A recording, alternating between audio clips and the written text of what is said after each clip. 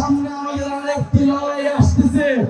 গোপালগঞ্জে হামলা চালানো হয়েছে, বাংলাদেশের আরো 10টা জায়গায় হামলা চালানো হবে। আমাদেরকে দমন করা যাবে না, ভয়ের কোনো কারণ নেই। আপনারা সচেতন হন।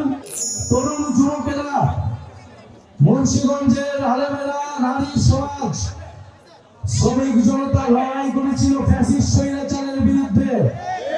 মুন্সিগঞ্জবাসীকে আমরা জানাই লাল সালাম। আমরা জানি সামনে আমাদের আরেকটি লড়াই আসতেছে। আমরা সেই লড়াইয়ের প্রস্তুতি নিচ্ছি। আমরা জানি আমাদের লড়াই অনেক ফ্রন্টে করতে হবে। প্রিয় মুন্সিগঞ্জবাসী, সেই সাহসিকতার সাথে সামনের এই নতুন বাংলাদেশ বিনির্মাণের লড়াইয়ের সাথে থাকবে আমরা জানি। প্রিয় মুন্সিগঞ্জবাসী, আমরা আজকে আপনাদের কাছে ওয়াদা করতে এসেছি, ওয়াদা নিতে এসেছি। গোপালগঞ্জে হামলা চালানো হয়েছে, বাংলাদেশের আরো 10টা জায়গায় হামলা চালানো হবে। আমাদেরকে দমন করা যাবে না। সংগ্রামী মুন্সিগঞ্জবাসী, মুজিববাদের বিরুদ্ধে যে লড়াই, যে যুদ্ধ আমরা ঘোষণা করেছি গণ অভ্যুত্থানের মধ্য দিয়ে, ফ্যাসিবাদী ব্যবস্থা বিলোপের যে লড়াই আমরা শুরু করেছি, এই লড়াই সমাপ্ত না করে আমরা শেষ থামবো না। প্রিয় মুন্সিগঞ্জবাসী, আপনাদেরকে এই নদী ভাঙন থেকে রক্ষা করব আমরা, নদী দুর্যোগ থেকে রক্ষা করব আমরা। এই মুন্সিগঞ্জের হাজারো মানুষ প্রবাসে থাকেন, আমরা সেই প্রবাসীদের ভোটাধিকারের পক্ষে কথা বলছি। অনেকে বলছে প্রবাসীদের কোনো অবদান নাই, তারা কেন ভোট দিবে?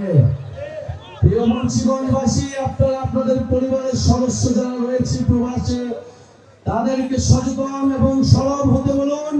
প্রবাসীরা বাংলাদেশের অংশ, আমরা তাদের ভোটাধিকার নিশ্চিত করব ইনশাআল্লাহ।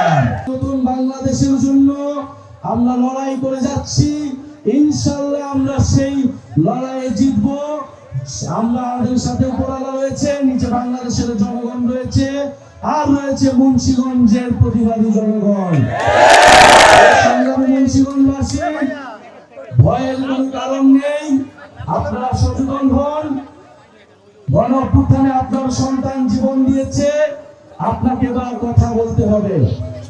এলাকায় এলাকায়, পাড়ায় পাড়ায় আপনারা সরব হন, প্রতিবাদের সংস্কৃতি গড়ে তুলুন।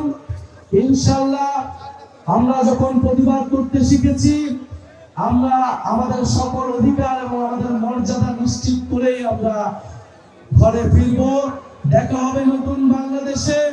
মুন্সিগঞ্জে এসে আমরা আমাদের যাত্রা শুরু করলাম। ইনশাআল্লাহ প্রতিনিয়ত আমরা মুন্সিগঞ্জে আসবো। মুন্সিগঞ্জ আমাদের, আমরা মুন্সিগঞ্জকে নিয়ে আমরা নতুন বাংলাদেশ নির্মাণ করব।